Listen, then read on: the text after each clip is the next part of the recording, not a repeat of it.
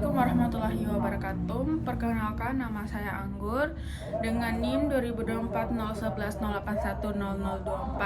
Saya dari kelas 3A PGSD.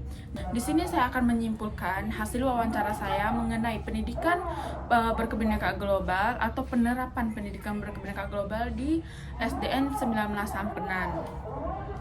Jadi di SDN 19 Ampenan itu menggunakan pendidikan berkebinekaan global itu pada tahun ajaran 2024. 2025 mereka tidak menggunakan lagi. Di 2025 ini SDN 19 Ampenan itu menggunakan metode mendalam. Jadi mereka sudah tidak menggunakan lagi penerapan pendidikan berkebinekaan global. Kenapa pendidikan berkebinekaan global itu sudah tidak diterapkan lagi di SDN 19 Ampenan? Dikarenakan di SDN 19 Ampenan itu rata-rata sukunya itu suku Sasak dan agamanya itu agama Islam. Jadi SDN 19 Ampenan itu sudah tidak menggunakan lagi pendidikan berkebinekaan global. Adapun yang saya tanyakan kemarin itu mengenai metode yang mereka gunakan, yaitu untuk menanamkan gotong royong, toleransi dan saling menghargai itu di sana itu menggunakan gambar toleransi, berdiskusi kelompok, dan mengajarkan terkait dengan saling menghargai walaupun kita memiliki agama yang berbeda ataupun suku yang berbeda. Ada juga kemarin itu gurunya itu bilang pas penerapan pendidikan berkebinekaan global itu kenapa mereka merasa kesulitan. Itu kan karena mereka memiliki hanya agama Islam saja dan suku Sasak aja. Jadi guru-guru itu kesulitan untuk memberikan contoh nyata atau aksi nyata kepada siswa itu terkait dengan toleransi antara beda agama, beda suku, beda ras gitu. Dikarenakan mereka itu semua sama saja.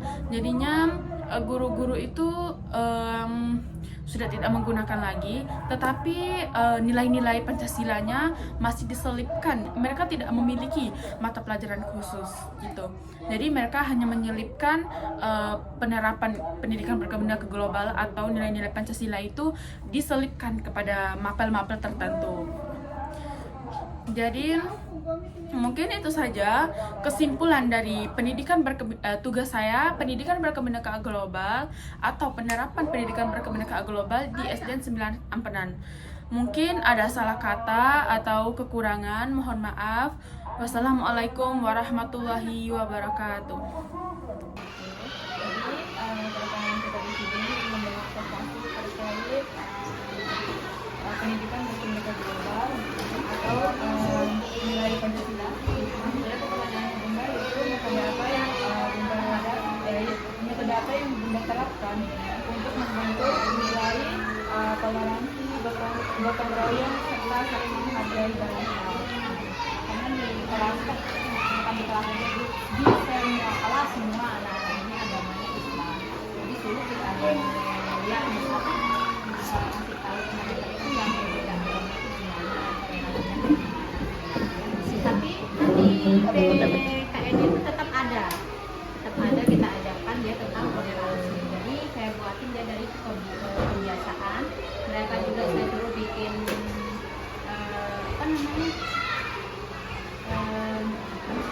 ada saya suruh mereka bikin gabungan contoh-contoh tentang toleransi umat beragama. Jadi saya buatin mereka kelompok diskusi, nanti mereka buat terus kita tempel di dinding kelas. Dan itu dari kebiasaan diskusi lewat gambar juga saya sering kasih tahu kalau besok mungkin anak-anaknya akan ketemu dengan orang yang berbeda agama dengan mereka. Karena mereka kan udah paham, otomatis mereka akan naik ke SMP. Nah di SMP ini kemungkinan akan ketemu dengan anak-anak di agamanya yang berbeda dengan saya. Saya sering juga tanya ke anak-anaknya kalau di tetangga atau di samping rumahnya ada anak yang berbeda agama dengan mereka. Ternyata ada beberapa anak yang tetangganya berbeda agama. Saya terangkan kayak gini caranya kalau kalian itu berbeda agama supaya tidak saling kalian harus saling menghormati ya.